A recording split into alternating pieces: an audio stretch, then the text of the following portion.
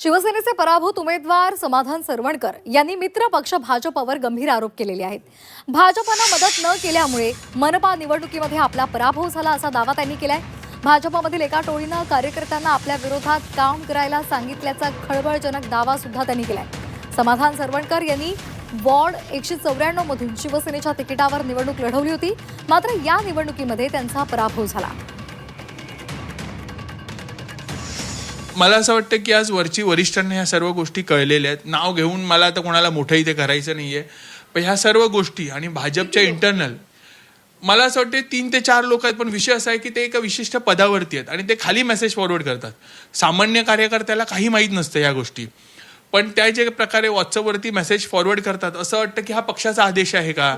अशा प्रकारे पण हा पक्षाचा आदेश नव्हता. आज देवेंद्र फडणवीस साहेबांनी किंवा एकनाथ शिंदे साहेबांनी 100% पाठिंबा या माहीम विधानसभेत सर्व उमेदवारांना दिले. नाही, याबद्दल स्थानिक पातळीवर निश्चित काही अशा पद्धतीनं कोणी काही केलं असेल तर निश्चित त्याचा तपास केला जाईल, चौकशी होईल. परंतु आमचा प्रयत्न जास्तीत जास्त ठिकाणी महायुती म्हणून निवडून यावा यासाठीच होता.